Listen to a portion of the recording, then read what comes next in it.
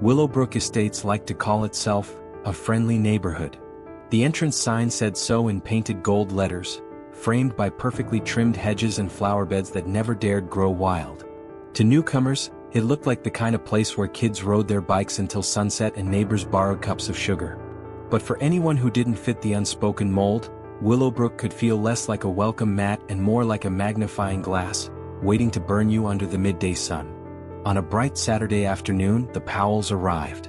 Their SUV pulled slowly into the driveway of the two-story house at the end of Maple Circle. Behind it came a rented moving truck, its rear door already rolled up to reveal stacks of boxes. Gregory stepped out first, tall, broad-shouldered, his dark skin glistening under the late summer sun.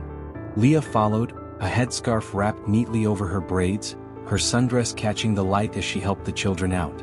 Jaden, 10, darted toward the front yard with a basketball under his arm. Amara, 8, spun in small circles, arms outstretched as if measuring how wide her new world might be. It should have been a scene of quiet joy, another family starting a new chapter. But across the street, behind a set of lace curtains, Martha Cleary's lips pressed into a thin line. That house sold too quickly, she thought, peering over her glasses. Didn't see a single open house sign. And now this? Martha reached for the phone. She didn't think of it as anything more than a precaution. After all, she told herself, you never knew who might show up these days. 911, what's your emergency? Yes, hi, she said, keeping her voice low. I think we've got some suspicious activity on Maple Circle. A big moving truck, lots of boxes, people I've never seen before. They're just hanging around. The dispatcher's tone didn't change. Can you describe them? Martha hesitated, her eyes narrowing on the family. Well, there's a man tall and a woman with him. 2 kids. They're black. There was a pause on the other end. And what exactly are they doing? Moving things into the house, Martha said, as if the action itself were incriminating. But they don't look like they belong here. I think someone should check it out. By the time Gregory carried the third box through the front door, the faint wail of sirens had begun to rise in the distance. Leah heard it first. Her smile faltered. Gregory, she called softly. He stepped back onto the porch, scanning the quiet street. The sirens grew louder. 2 police cruisers turned onto Maple Circle, lights flashing. Jaden stopped dribbling his basketball. Amara clutched her mother's hand. The cruisers slowed to a crawl before stopping right behind the SUV. 2 officers stepped out, their eyes sharp and guarded. Afternoon, the taller one called. We got a report of suspicious activity. Gregory set the box down carefully. Suspicious? We're moving into our home. Do you have proof of residency? The other officer asked, hand resting just above his holster. Leah's pulse quickened. Proof of? We have a signed lease and purchase documents inside. This is ridiculous. It's just procedure, the taller officer said, though his tone lacked warmth. Gregory kept his voice calm, steady. I'll get my wallet. He stepped inside, retrieved his license and handed it over. The shorter officer glanced at it, then froze. His eyes flicked up to Gregory's face, down again, then to his partner. A muscle twitched in his jaw. The taller officer took the ID, scanned it, and his entire demeanor shifted, shoulders relaxing, voice dropping. Sir. Chief Powell?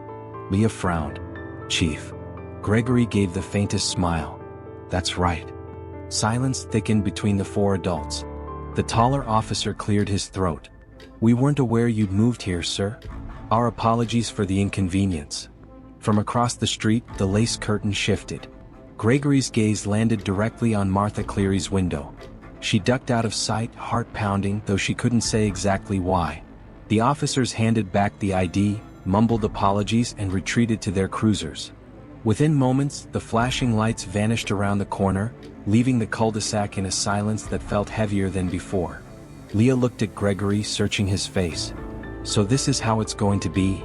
His eyes stayed fixed on the window across the street. Looks like it, he said quietly. But they just learned something important.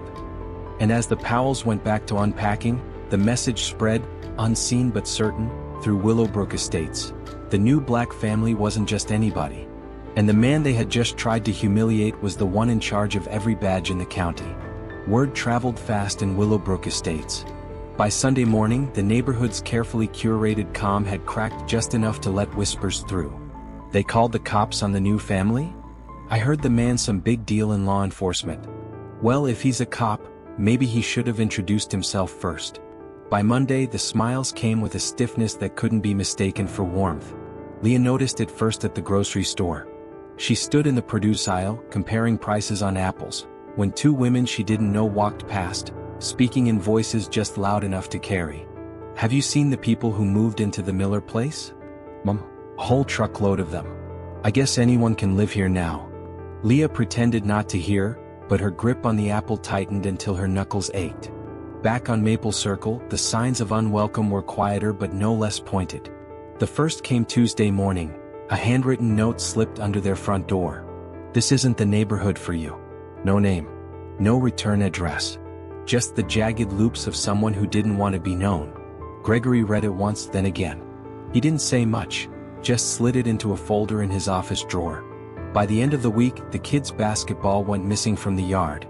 Jaden swore he'd left it by the porch. Leah found it 2 days later, deflated and covered in mud at the edge of the drainage ditch. Then came the trash. On Thursday morning, Gregory wheeled their bin to the curb, only to find it filled with someone else's rotting garbage, meat wrappers, sour milk cartons, and a broken garden gnome. Leah's frustration grew alongside her unease. How long are we supposed to just take this? She asked one evening, her voice tight. Gregory was quiet for a moment. Long enough to be sure who's behind it. The breaking point came on Friday night. The Powell had just finished dinner when headlights swept across their living room. A pickup truck slowed in front of their house, a man leaning halfway out of the passenger side to yell, "Go back where you came from," before the engine roared away. Amara burst into tears. Jaden clenched his fists, his small body trembling with rage. Gregory stood and went to the window, his jaw set. Enough. He disappeared into his office for a moment, returning not in his t-shirt and jeans, but in full uniform, badge polished, collar stiff. Leah stared. You're going out there? I'm reminding them exactly who they're dealing with. The next morning, Gregory left for work earlier than usual. But he didn't just drive to the precinct. He made a slow, deliberate lap around Willowbrook Estates in his marked police SUV. His presence was impossible to ignore. Curtains twitched. Lawns went suddenly empty. By the time he parked back in the driveway, the message had begun to sink in. The man they had been harassing, the man they had tried to drive out, was the one in charge of every patrol car, every officer, and every emergency call in Crestview County. But Gregory knew a single show of authority wouldn't erase what had already happened.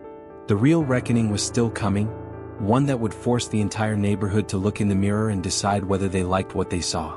Before the Powell set foot in Willowbrook Estates, their lives had already been full of change. Gregory Powell was no stranger to new addresses. His career in law enforcement had taken him from a rookie beat cop in a bustling city precinct to detective, then captain, and finally chief of police for Crestview County. It was a position earned through decades of discipline, unshakable calm, and the kind of leadership that made both rookies and veterans listen when he spoke. But the role came with its own pressures: long hours, constant scrutiny, and the knowledge that one wrong move could turn a good man into a headline. Leah had been his anchor through it all. They'd met in college, Gregory studying criminal justice, Leah chasing a degree in social work. She'd grown up in a small town where everyone knew everyone, and she had learned early on that the world treated people differently depending on who they were.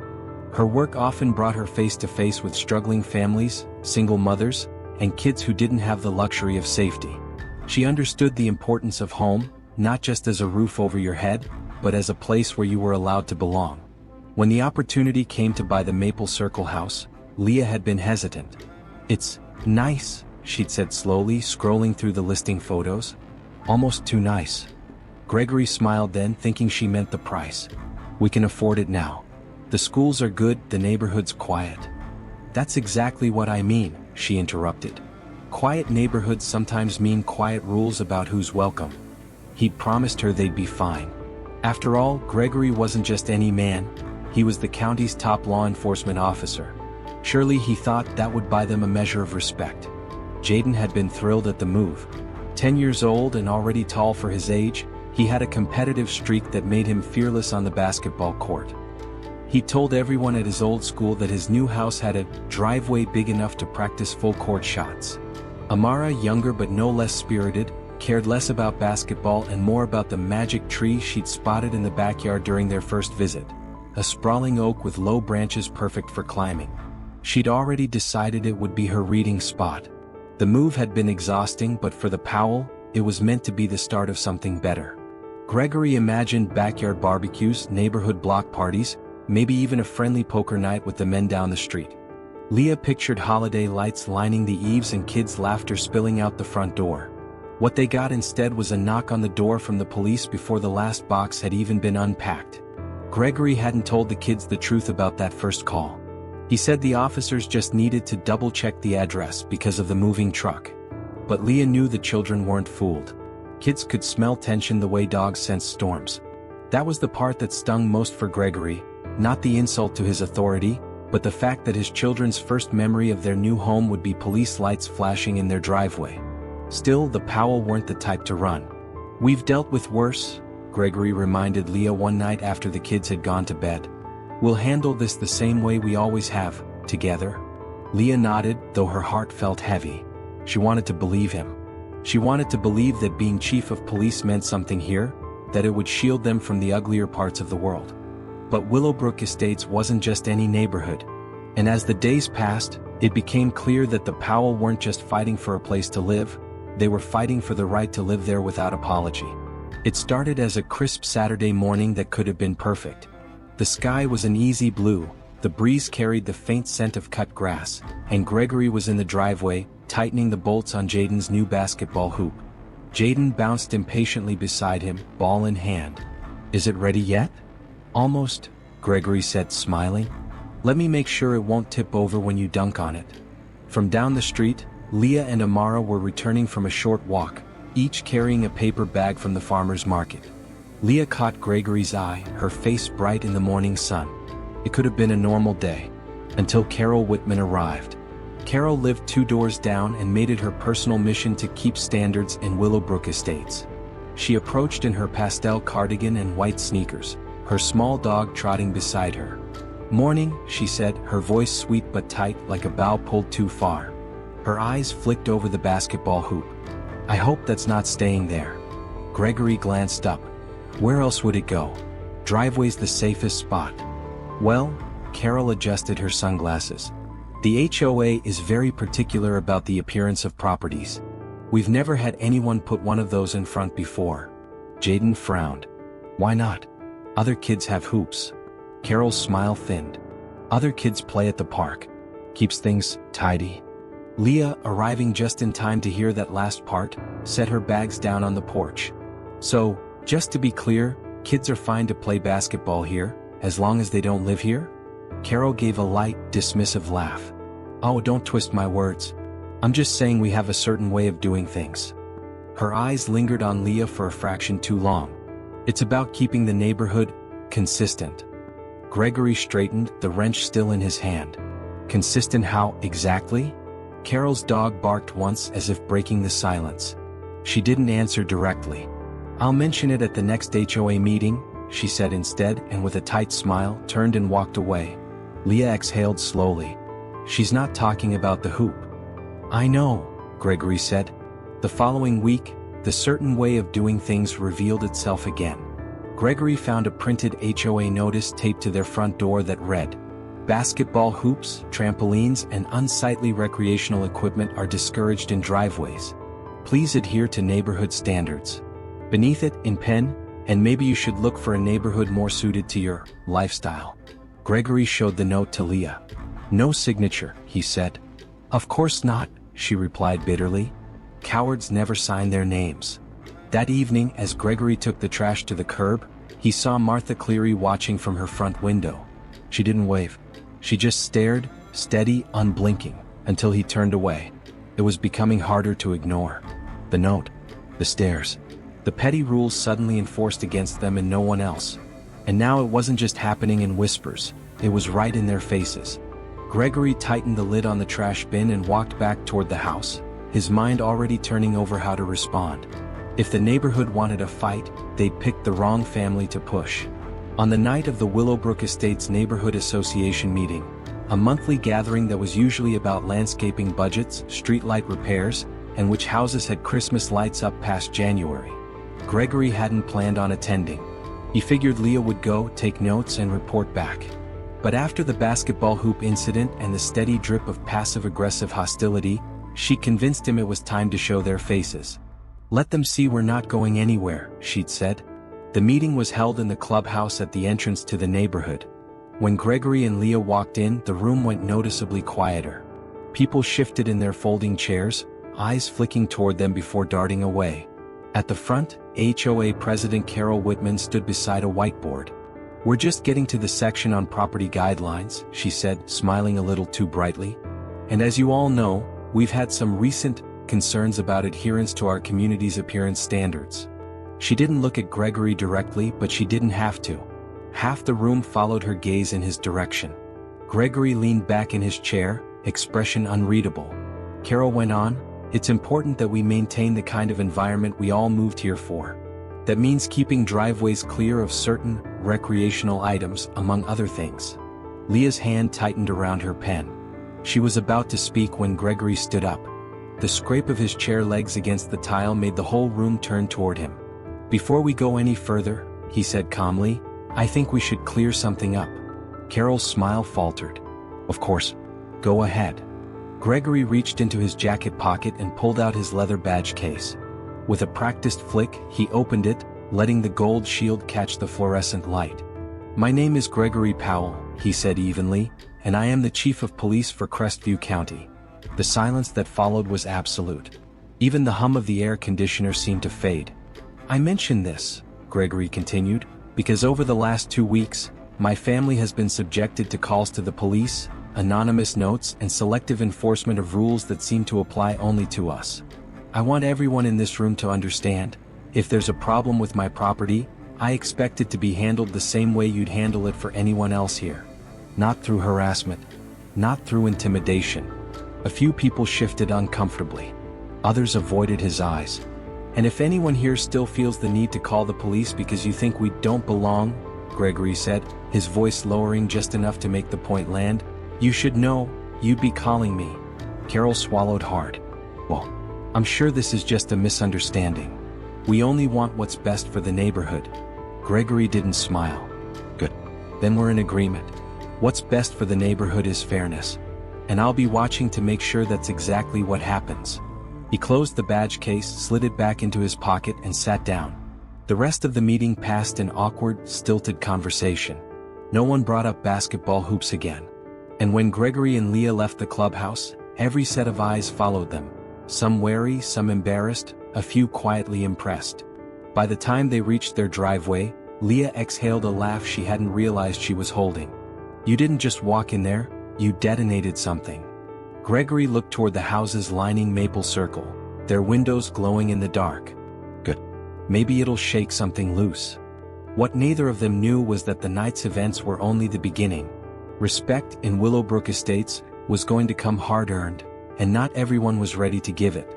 By sunrise the next morning, the meeting was all anyone in Willowbrook Estates could talk about. Carol Whitman's strange smile and awkward backpedaling had been burned into the minds of everyone who saw it. The moment Gregory flipped open that badge case replayed in whispers at kitchen tables, over backyard fences, and in the group chat titled Maple Circle Moms. Some neighbors reacted the way Gregory had hoped, by backing off entirely. Martha Cleary, who had made the original 911 call, stopped peeking through her curtains. Instead, she made a point of pulling them wide open, sitting in full view of the window with a book in hand, as if to wordlessly prove she wasn't watching anyone anymore. She even left a plate of banana bread on the Powell porch, unsigned but obvious in its intent. Leah found it, rolled her eyes, but accepted the gesture all the same. Others, however, simply adjusted their approach. The notes stopped appearing, but the stares didn't. Conversations at the mailbox would cut short when Gregory walked by. Yard work became an excuse to keep a close eye on the Powell kids without saying a word. At the farmer's market, Leah overheard one woman whisper, "Well, now we can't say anything or we'll end up in some police report." Then there were the opportunists, the neighbors who suddenly wanted to be seen with the Powell. "Morning, Chief." Harold from 2 streets over shouted as Gregory pulled the trash bin to the curb. Harold had never spoken to him before that day. Now, he waved every time their paths crossed, his voice carrying loud enough for nearby houses to hear. Carol herself knocked on their door midweek, a forced warmth in her voice. "We'd love for your family to join us for the neighborhood picnic next month. It's important we have good representation." Lifted. "Representation," he repeated flatly. "Yes, well, diversity is what makes communities strong." Leah thanked her politely, but when the door closed she muttered, "They don't want us here. They just don't want the chief of police not here." The kids felt the shift too. Jaden came home from school saying one of the boys in his class suddenly wanted to hang out because it's cool, his dad was the chief. Amara's teacher, who'd been slow to acknowledge her before, now greeted her at the door each morning with exaggerated cheer. Gregory knew this kind of respect wasn't the same as acceptance. It was fear wearing polite clothes. On Friday evening, as the sun dipped low and the street lamps blinked on, he stood on the porch with Leah, watching the quiet street. "You think it'll last?" she asked. "The fear? Probably. The behavior? Maybe not." He folded his arms. "They've learned not to push too hard, but they haven't learned why they were wrong in the first place." Leah rested her head against his shoulder. "So what now?" Gregory glanced toward the houses, their windows glowing in the dark like eyes. "Now," he said, "we wait. If there's one thing I've learned in this job, it's that people will always show you who they really are, eventually." The breeze carried the faint sound of laughter from a block over, where a backyard party was in full swing. No invitation had made its way to their mailbox. For all the quiet that had fallen on Maple Circle, Gregory knew this wasn't the end. It was only an uneasy pause before whatever came next. It started with a single post. A grainy cell phone video from the HOA meeting had made its way to Facebook. Someone had filmed the exact moment Gregory pulled out his badge and announced he was the chief of police. The caption read, "So apparently the new family in Willowbrook Estates is headed by the police chief. Guess folks will think twice before calling 911 for nonsense now." Within hours, the post had racked up hundreds of comments. By the next morning, it had been shared to a local news group, and from there, the fire spread. On Tuesday, Leah opened the door to find two reporters standing on the porch, microphones in hand. Behind them, a cameraman adjusted his lens. "Mrs. Powell, can you tell us about the challenges your family has faced since moving into Willowbrook?" one asked. Leah froze. "We're not looking to make this a media story," she said carefully. But it was already too late. The Crestview Chronicle had run a headline. "Local police chief targeted by neighbors, suspicious for being black."